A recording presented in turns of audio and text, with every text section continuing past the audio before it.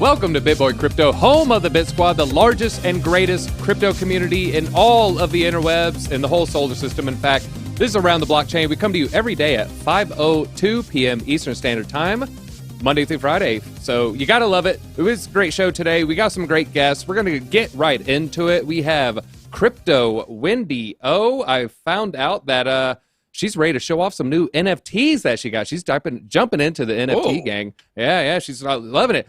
Arcane Bear, he's coming from a nice museum in Europe, it appears. Love your place, man. It looks awesome. Obviously, our favorite twin. We have Austin from Altcoin Daily, clearly the best of the two. And I found out today that he liked Goosebumps as a child. It is Ben Armstrong. I loved Goosebumps as a kid. You're talking about me. Yeah. I read every single one of them. I was big on those. Say cheese and die. You know, that was a good one. Yeah. Who told you that? My wife? Yeah. We're talking about, your own kids. We got to give them into books. I mentioned Goosebumps. She's like, Ben liked it. She said you're reading it as recently as this weekend, right? Yeah, absolutely. Well, that was a different kind of Goosebumps. So. Oh, hey now. And we got some great topics today. We're going to talk about AMC is adding Bitcoin purchases by the end of the year. We also have Ghana adding a CBDC and XRP.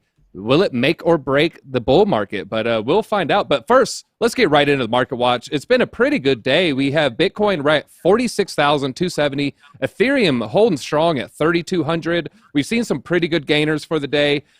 IOTX up 83%. It just broke into the top 100 market cap. XRP up 20%. Matic up over 20%. It's been huge for those two. There wasn't much that was in the red. I know ICP was. Wendy, I'm going to bring it to you. It looks like one of those good days with the good candles. What are the Bitcoin charts telling you? So market is actually looking really good. I was bearish on Sunday night when I was covering the charts. It just, all the setups, everything looked absolutely terrible, but it quickly turned. And I'm very, very excited. I'm very happy. I exited out of a trade a little bit too early. I'm a little bit bummed, lost some money. Well, didn't lose money, but not a fun thing. But anyways, we have MACD running up. We have RSI running up. We're also above Moon Girl time, which is approximately $45,874 around that area. What I went ahead and did is I drew some fibs because people are talking about when are we going to pull back? What's going to happen? Because we do have to have some sort of pullback. I think we're not going to see a major correction until we start to get closer to the $50,000 area. So what I did, and again, you guys, I do my fibs differently than the traditional way, and what works for me, that's what I do. I pulled it from the bottom here, about $30,000 all the way to the top, which was currently right over here at 46.4. Then I went ahead and drew a line right smack in the middle almost, and it actually aligns with this current resistance that we have over here.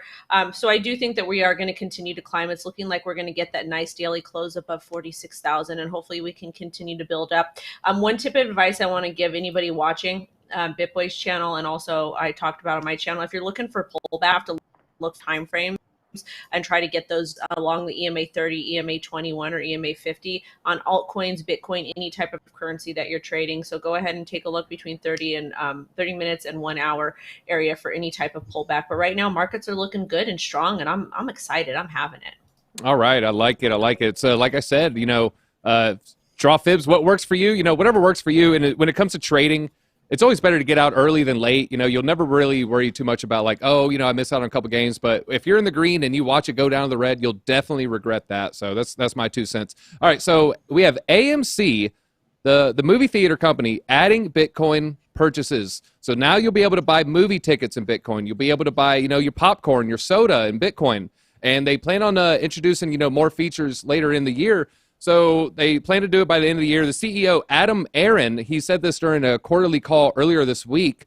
Altcoin Daily, I'm going to bring it to you. If, say, their company's worth, what was it, $15 billion is their market cap.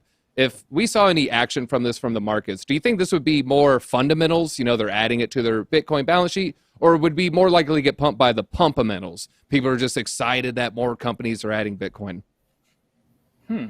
Well, first off, great to be back. Love Around the Blockchain. And to paint that picture with AMC as the average retail investor. Because, hey, that's Altcoin Daily. We bring it to you from the average retail investor's point of view. For me, living out here in Los Angeles, there's an AMC in Santa Monica, the Promenade, and there's an AMC up in Burbank. The one in Santa Monica that has the nice theater seating, super nice, above average, and the one in Burbank is just an average theater, level-headed, regular seating, whatever. For me, as an average retail investor, I don't give an F which one I go to. It depends on the movie. It depends on who I'm with. It primarily depends on destination. So there's a Bitcoin pump. Whatever happens in the short term, I'm sure it'll be a mix of pumpamentals and fundamentals. But I think what AMC is tapping into is, they saw sort of the virality that came with the GameStop, the Wall Street bets, the AMC for a while. AMC's still popping off on finance TikTok. You can ask CryptoWendy or Ben Armstrong about that. They are crypto TikTok with Blockchain Boy, I guess, and a few others. But just tapping into that community, I think that's what they see here. And I think that's sort of the fundamental community tap in that they're going for. Yeah, tapping in and getting that viral load. We know all about that here. So it's part of that meme stock craze that we saw earlier in the year. They had, speaking of fundamentals and pumpamentals, they had some Redditors. They found out that a possible short squeeze could be enacted, and a short squeeze is basically you buy up all the short sellers, or you force the short sellers to buy up the stock by, pumping the price where it gets to the point where they have to buy. So Arcane Bear, I'm going to bring it to you. So with this meme stock craze, we saw at AMC, it seemed like we thought we were playing by our own rules, but we were just basically playing by the system. What were your 2 cents on how that whole thing went down? Well, I thought GameStop, AMC, I think it was Bed Bath & Beyond, a few others there, rolling through the Reddit feeds, was a really interesting and vibrant way for the community to learn that fundamentals are not the driving force in a speculative market. And when you're dealing with stocks, I think a lot of people for a long time had relied on the idea that, there's an underlying revenue generation to the business, and therefore we can evaluate the company at this price. And although that does work for assuming that the company will continue to be around in the future, what things like GameStop, AMC showed us is that there's only speculation that can drive a price into these kind of insane moments where there's no reason for GameStop to have been valued so high. Now, when that first happened and GameStop's price was exploding, I think I made a video I was very passionate about, and I'd said, if GameStop or AMC started to actually add Bitcoin to their treasury as a not just because I think what AMC is doing right now is more of a marketing ploy for AMC itself than it is for the benefit of Bitcoin. Like Bitcoin's going to be fine whether AMC accepts it or not. It seems like it's a marketing ploy from their standpoint. But again, when you start to see these companies do accept it, it's leading to the question of, will they add it to their treasury? And does it become more of a reliable form of a currency? Because if a company accepts it as a currency, we could see regulation start to shift, because every time you buy a movie ticket, you're now going to have to pay capital gains taxes. So it's a really interesting conversation I think we're starting to see stir up around this sector. Yeah, I mean, that's a whole can of worms that is above my pay grade, but that's why we have Tim at the office for. Ben, I'm going to bring it to you. So the CEO, he held a seat on a company called Centricus. And so, a lot of times, just because you're CEO of a company doesn't mean you're not going to be, on different boards and everything. And he, quote, "I had to learn more in the past 6 months about blockchain and crypto than I learned in the entire decade before that." So he was on this board. He learned about crypto. Boom, as CEO, he's enacting, these changes, having them accept Bitcoin. Do you think the only thing really stopping mass adoption with these CEOs is education? And if so, what can we do to change that? No, I certainly don't think so. I think we need more education for the political infrastructure in America than the CEOs.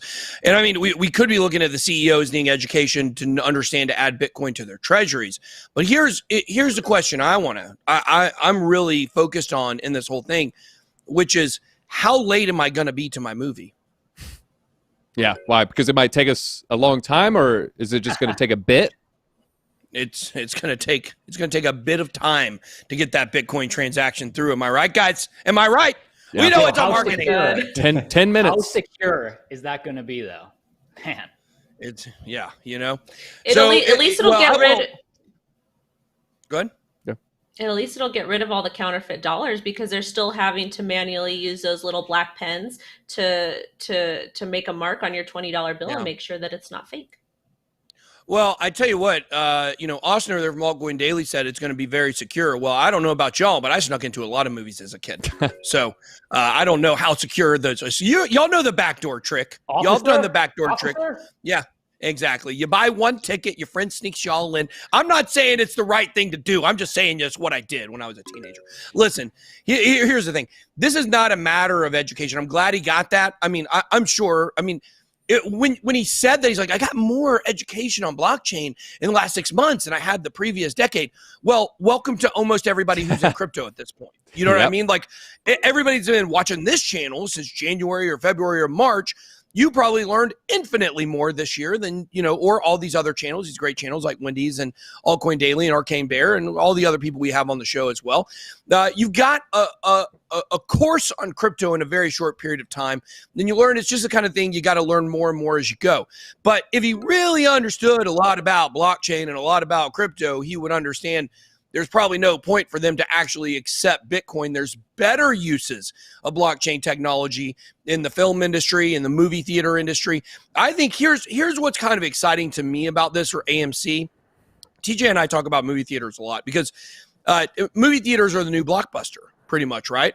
I mean, you look at what happened to Blockbuster, it got totally wiped out. You're looking at movie theaters are getting wiped out all over the country. And, I think Arcane Bear was talking about how the price was just so artificially pumped up. They should have never been worth what the pumpers were making AMC stock worth. Pure speculation. But the exciting thing is when you look at movie theaters are going out all over the I guess the world probably, but definitely the United States. They're showing that they want to innovate. They don't want to give up. They don't want to be, and you saw Blockbuster do that at the end too, where they started putting out, stands to kind of compete with Redbox, and they were, competing with Netflix. A lot of people don't know unless you watch the last Blockbuster documentary. The thing that actually took out Blockbuster was the Lehman Brothers collapse, because I think Carl Icahn was, I think, the CEO at the time, or he was heavily invested in it. He lost all of his money, or a good bit of his money, during the Lehman Brothers collapse. I don't know that much about it, but it wasn't actually Netflix that took it out. That was what started the climb down. So they were starting to innovate. They might have been able to survive. AMC is showing that they want to fight. They want to do stuff. They want to do a marketing push. Eventually, all of these AMC theaters, I think, are going to turn into like virtual reality arcades, where they're going to have movies, they're going to have laser tag, they're going to be multi-use kind of facilities. So I think we are going to see that they don't want to give this up without a fight. I think that's good. Yeah, no, I agree. I think they have to adapt, or movie theaters are going to go the way of the dodo. I know for certain, like, I want to see Dune in theaters. It's coming out in 2 months. I don't even know if I'll be able to, but real quick, Wendy, I'm going to bring it to you because the CEO said he wants to, use further blockchain technologies. The first place my mind went to was NFTs. You get your movie ticket, and then boom, you can scan it. You get an NFT. Go see the Pokemon movie. You get a Pikachu NFT. I guarantee they'll sell a lot of tickets. Would you go see a movie specifically for an NFT? 100%. I remember as a kid, we used to, because my parents divorced when I was young, and we used to go see my dad, and my dad would take us to the movies, like McDonald's, Pizza Hut, whatever. Every single movie ticket that I had from that time period, of course, all the writing on the ticket is now gone, but I would put those in a photo album and save them as a kid. My dad is no longer with us, so me being able to like take my daughter to a movie theater and having her get this this collectible NFT that's there digitally forever to represent, hey, this is the one time me and mom and dad, or me and dad, or me and mom went to the movies. That would be super, super cool. And you have to remember, it's not really our generation, but it's going to be our kids' generations, our nieces and nephews, that are really, really going to take on this digital world. So I'm 100% for it. I think it's a great thing. Yeah, I like that. I agree. Arcane Bear, would you have seen The Revenant if you got a bear NFT? I agree with Wendy here that there's a certain amount of nostalgia to any collector's item.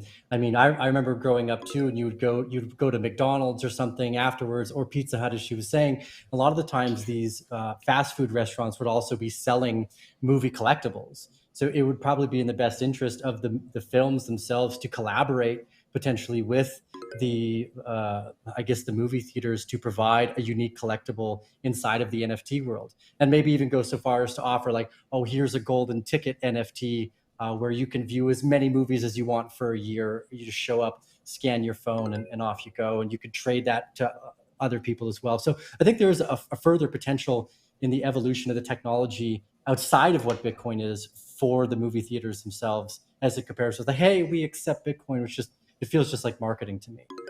Yeah, and I think we're all kind of in agreement here. It's a good marketing strategy for AMC. I know if they do accept Bitcoin, I probably would like to go there and just, kind of support Bitcoin and maybe go see it, buy some popcorn. Now, you want to talk about expensive popcorn. Imagine when Bitcoin starts pumping, that $13 popcorn then turns into $1,300 after 10 years, and that might sting a little bit, but as Nick Carter says, we're not immortal beings. We got to spend our crypto sometimes. But let's go to the next topic here. Ghana adding CBDCs. Ghana, I was looking at their stats here. Their GDP is around 70 billion, and they're the 8th largest GDP in Africa. So the German company, I hope I'm saying it right, Giuseppe Devrient has been, they've been working with central banks. They basically will come in and deploy the CBDs for you. They'll work on the infrastructure, work on with the payment systems and everything else. So since there's less of a entrenched financial system in Africa, in these smaller countries with the smaller GDPs versus, say a London or a Tokyo or a, New York and Wall Street, Altcoin Daily, I'm bringing it to you. Is it more likely that we'll see adoption take off in these smaller GDP countries on a broad scale, or is it Bitcoin gonna follow where the money's at? Well, I think, this is rhetorical, although I am checking the chat to see if you have an opinion, please tell me, but give me one good reason why these smaller countries wouldn't adopt a CBDC. Really, give me a reason, because right now they're sort of out of the system. Obviously, they have a small GDP, they're not really in the conversation, and it's just the simplest switch of going from analog to digital. Nothing really changes. If anything, it's easier for them to now be part of the network, also manipulate their currency even more if they want to, and bring their whole ecosystem, all their people, into the digital age. So it's not a question of if, but when. And I'm checking the chat, and it says +1 Austin. Okay. Not really. Okay. An opinion, okay. Here, let's. Whoa. We've got someone saying they want to be your +1 Austin. This is amazing. That's your love quote +1 Austin. So currently single. All right. Whoa! Y'all heard it. Ready to singles? Ready to mingle? Single like a Pringle. You heard it here, folks. You heard it here. Wendy, I'm bringing it back to you. Could you see? So the vice president. The name. Now I got that name right. Maybe this name, Mahamudu Buwarmia. He recently said, the African governments, they need to embrace digital currencies throughout the continent. So, he wants a one payment system for the entire continent that thinks it would be good for the whole region. Do you think it's possible that Africa may implement like a one continent currency anytime soon? See, the thing about Africa, it is such a large place, and there's so many different states and cities and villages and tribes and all these different things, all this different culture and subcultures that goes on in Africa that a lot of us don't really pay attention to. Overall, it could have the potential to possibly unite the entire country and make it easier. Let's say you're traveling somewhere and you're from one city and you go to the next city, and maybe the currencies are different. You might be able to actually do business and transact a lot easier. But at the same time, I think it's great, but I also don't live there, so I can't really come in and say they need to do this would be great. It really kind of depends on the people, the demographic, and to see really if they're comfortable, if they're really able to kind of do that. So I don't think I'm really poised to speak on it too much, even though it sounds like a great idea from afar.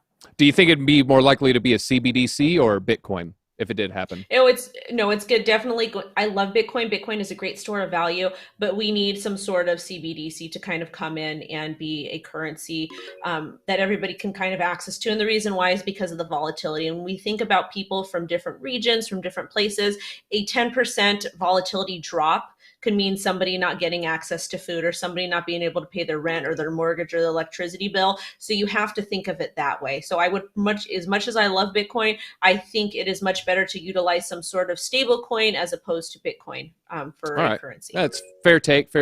Arcane Bear, I'm gonna bring it to you because I want to bring up South America. So we're seeing this adoption in Africa, with Ghana, we're seeing Cardano's work in Ethiopia with their student ID system. But we're also seeing a lot of groundwork in South America, with El Salvador and Paraguay. So we've all seen your trips in South America, if you catch my drift there. So what area are you more excited about? Are you more excited about, what do you think's more likely to move first? Is it going to be Africa or, South America, you think? Well, one of the fun parts about Africa is that, and Central America, South America is they lacked a lot of initial infrastructure to begin with. So they actually leapfrogged a lot of the first world countries. And to speak of the idea of volatility as well, they were using M-Pesa and actually using mobile minutes as a digital money for the last decade, like CAR or Central African Republic, which is around, I think, 15 different countries probably, were using digital minutes as payments because they were more stable than the currencies that were in each of these individual countries, and they were easy to transfer back and forth via the phone. So we saw Africa actually start to use these technologies a lot quicker because they didn't have any other infrastructure to get in the way effectively, right? They didn't go from hard lines to cell phones. They just went straight to cell phones. Now, every time I hear central bank digital currency, I want to like vomit a little bit in my mouth because it brings the same systemic risk to the table that all the currencies have to begin with, is that we're relying on a centralized source of distribution for the amount of inflation and all the other, let's say, specifics that go along with that currency. Now, do they need something better? Is there technology that can do better for them than the central bank digital currency? I think so. But so there's a huge part of me that's like, I hate these central bank digital currencies trying to get in the way of this open distributed system that everyone can use by saying, hey, look, we can help you, bringing the same sort of potential tyranny and problems to the system when these Central Africa or these African countries, these Central American countries could really create their own stable currencies to some degree without the need for a central bank issuing them. So it's a hard conversation, I think. I never would have guessed you didn't like CBDCs. That is. Ben, I'm going to bring it to you on a broad question about CBDCs exclusively. Are we getting too excited about the adoption of CBDCs? Is this going to actually lead to broader crypto adoption, you think? I do think it's gonna lead to broader crypto adoption. My goodness. Yes, I had no idea how I was going to use that one, you know? Yeah. You got to be kidding me, you know? 2 points just for that. So. Thank you so much. Do you guys know how hard it is for me to let y'all talk while I have those jokes in my pocket? It's very difficult. Just ready Ben, to I have a question. Question. Do you wear New Balance shoes? No, I don't wear New Balance shoes. Look, I'm way cooler than people that wear New Balance shoes. I wear Adidas no lace shoes. Just so everybody knows, I got like 20 pair of them. So Velcro. Different color for every day. No Velcro. No Velcro. No, Famous Footwear, I think. Hey, well, you know, what can I say? Still shop at Famous Footwear. It's famous, like me. I'm just kidding. That was a joke. Okay, listen, it's footwear for famous people, obviously. I'm just kidding. Somebody recognize me at Disney, okay? Y'all, did that happen to y'all? Okay, listen. Here, can we get serious for a second? Yeah, we're trying. It's me. I know. Look, here's the thing. Okay, when it comes to Africa, there is actually, and a lot of people don't know this, that there is one country in Africa that all the money funnels through. Okay, there's one country that matters. It's not Uganda. It's not Ghana, even though they both make great dad jokes. The truth is, it's Ethiopia. Ethiopia is where all of the money flows in through, to Africa and through Africa. This is kind of the cornerstone, the centerpiece of all economic activity in Africa. That's weird, isn't it? Because who is working with the government of Ethiopia and who is signing contracts to flourish there? Well, that would be none other than your boy Charles Hosky, Mr. Hoskinson, Mr. Falcon on the shoulder, Mr. Black Garden shirt. Charles Hoskinson with ADA. So when you look at what's coming on with the smart contracts and Cardano here pretty soon, which is pretty exciting stuff, we get that announcement on Friday, suddenly it starts to make sense why he's really moving there. And also, if you think about this, CoinDesk, owned by Digital Currency Group, put out this hit piece on Charles Hoskinson saying that he basically is equating to old colonialism, that he's trying to go into Africa and destroy the country to make money, which is totally ridiculous. But guess what? That's because the financial cartel is behind CoinDesk, and they understand what's at stake with Ethiopia. So we can look at all these stories. We can look at what's happening in Ghana and Uganda and Sierra Leone with what Akon is doing with Acoin and Acoin City, or what's the city called? Does anybody know? Akon City. Acorn, or I don't know. That's the coin. I can't remember. The digital city in I think it's Sierra Leone that is, or Senegal. It's Senegal, actually. Yeah. It's Senegal. But the thing is, people are saying that's actually, I think they launched. It's going very well. People are real excited about that. But all this stuff that's going on kind of, on the edges of Africa, just remember, everything goes through Ethiopia. That's why Cardano is there. So that's the country you need to pay the most attention to. Holy smokes, where is my Tweety Bird shirt? I need to put that on and fight this man tomorrow. All right, I like that. Altcoin Daily, real quick, what kind of shoes are you wearing? I am wearing socks.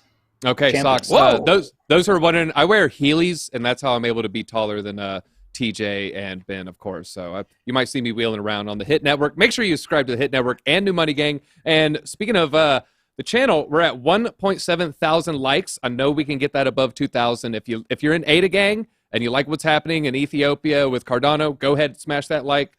I know we can get 2,000, 6,000 by the time it hits tomorrow, for sure. Altcoin Daily, I'm going to ask you the same question. Are we getting too excited about CBDCs? Are these going to lead to broader adoption, you think?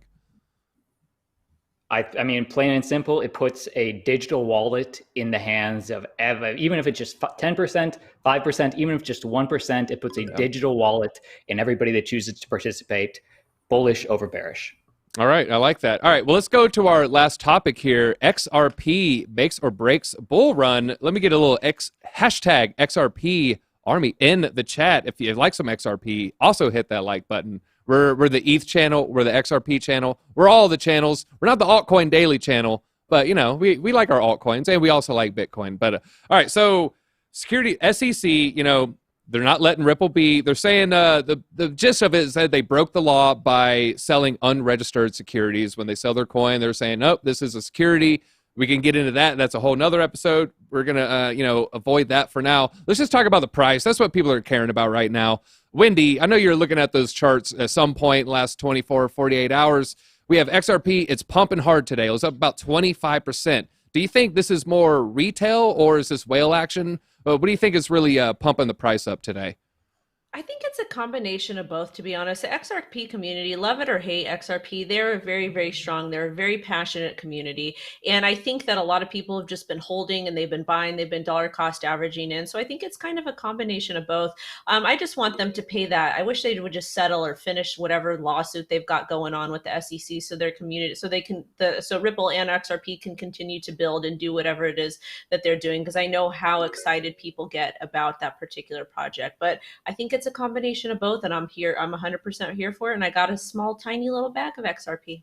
All right, XRP was going crazy in the chat, and we smashed above 2,000, 2.3. I know we can get a 2.5 by the time we finish Altcoin Daily's question here. So the SEC, when that news broke, their market cap, it basically was just cut in half. It was laying low for a long time. Crypto exchanges, they're rushing to get it off of their Coinbase, kicked it off. Everyone wanted to know, I don't want any XRP, on my platform. Now, I wouldn't be surprised if we start seeing that switch. So XRP, it was the number 3 altcoin for years. Now it's fallen all the way down to number 6. If there's some positive SEC news, how high can you see XRP go? Now I see why you brought me on today's episode. A little pushback for all the XRP fans, and I respect it. And I just want to preface that XRP is way better than many, poop coins out there. But it's not perfect, and it's definitely not Bitcoin, and it's definitely not Ethereum, which nobody claims it to be. Let me get to the point. The point is that, well, DZ, let me ask you this. Have you heard this phrase, maybe a girlfriend talking to another girlfriend? Honey, if he wanted to, he would. Have you ever heard that? Yes. It sounds like a Stephen, what's the guy that does Family Feud? Sounds like a book that he may have wrote, but yeah, I've heard it. Steve Harvey. Yeah. And it basically means, honey, if the boyfriend says he wants to hang out with you, but he's not really doing it, he's always busy, he doesn't make you Facebook official or whatever the kids are doing now, then he's really not that into you, because if he wanted to, he would.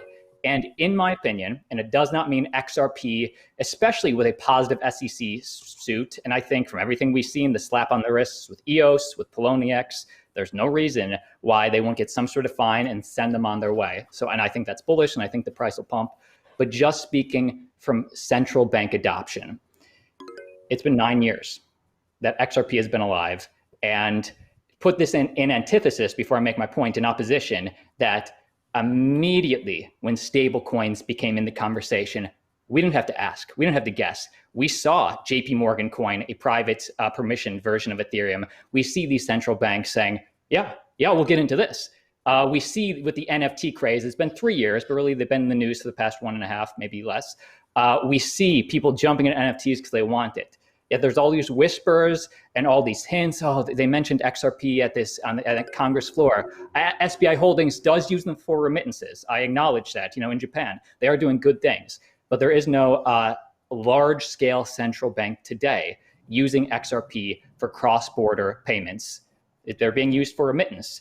And I don't think after 9 years, the year that they're being sued and right after they're cleared with the SEC, that's going to be the time that banks choose to jump in and say, oh, now we want it. If that happens, and it definitely could, that will be over the next coming years as they dip their toe in, is my opinion. But we did just do a pretty revealing interview about a month ago with Ben on Altcoin Daily. I think a lot of you saw that. He really had the clearest answer for price prediction. So I'd refer to that interview.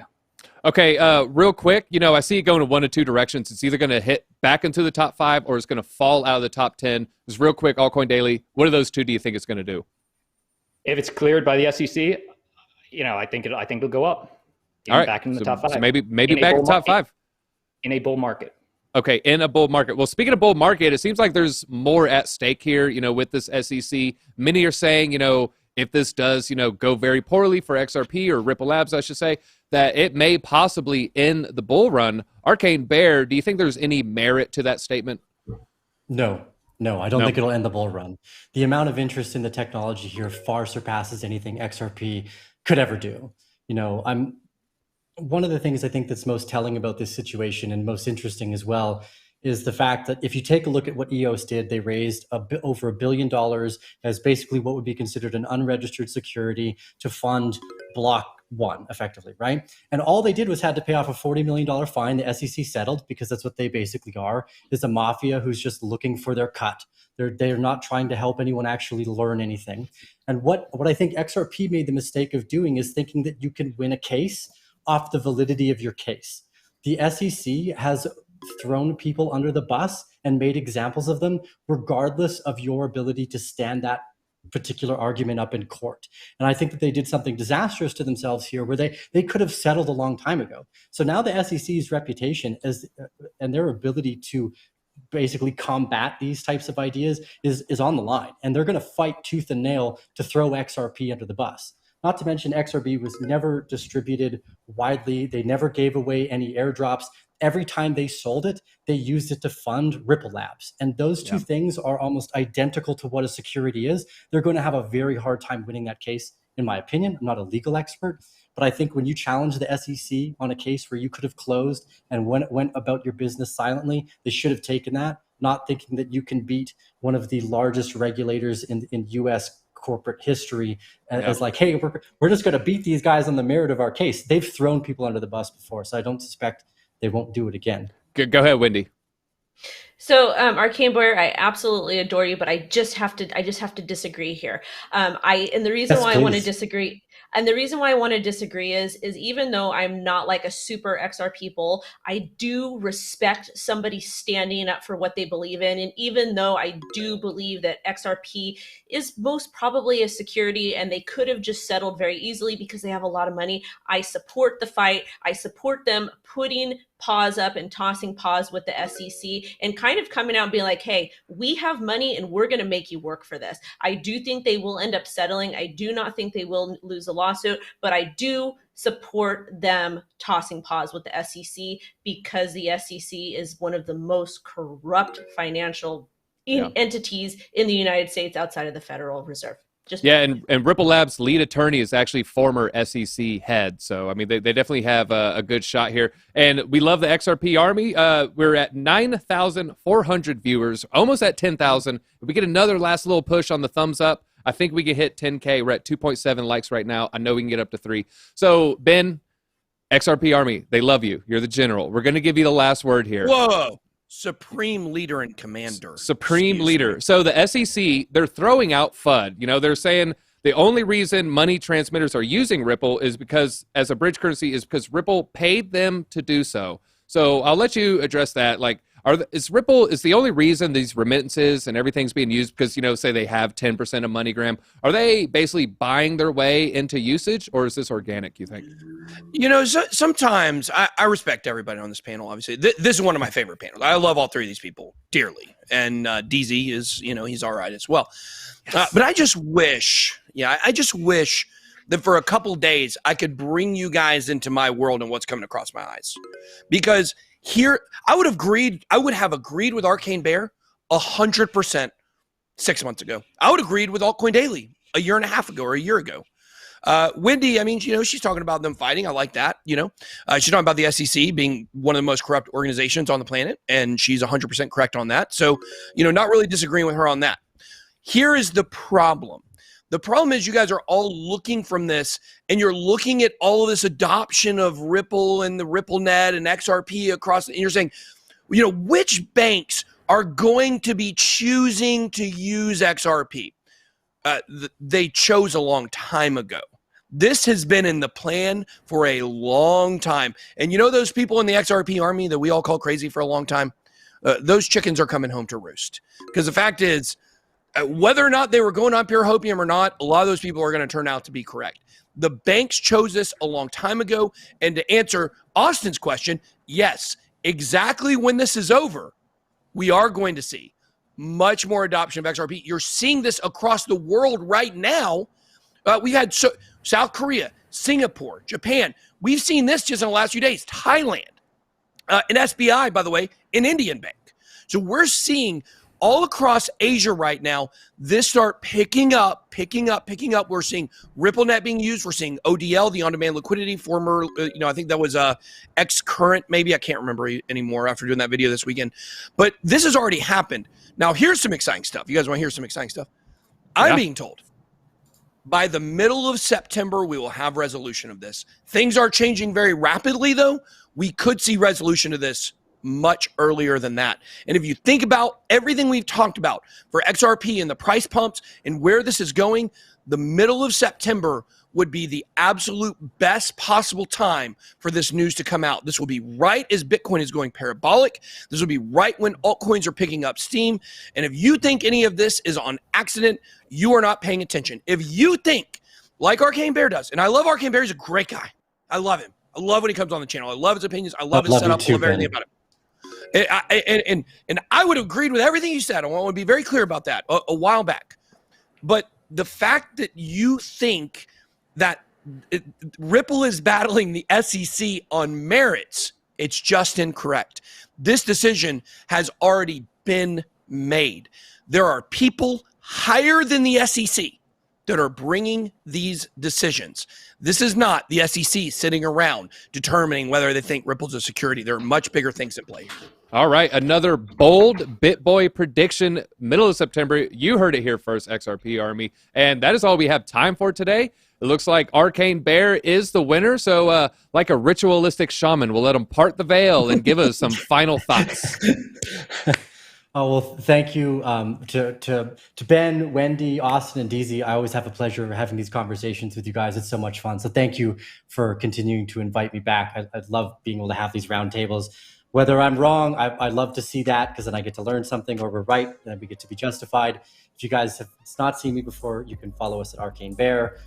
Make sure you follow Wendy, Austin, and I know you're already following Ben already as well. So thank you guys all for the support as we all learn and grow and get to see what the future holds. All right, and as always, the links are in the description, and that is all we're going to have time for today. BitSquad, DZ's out.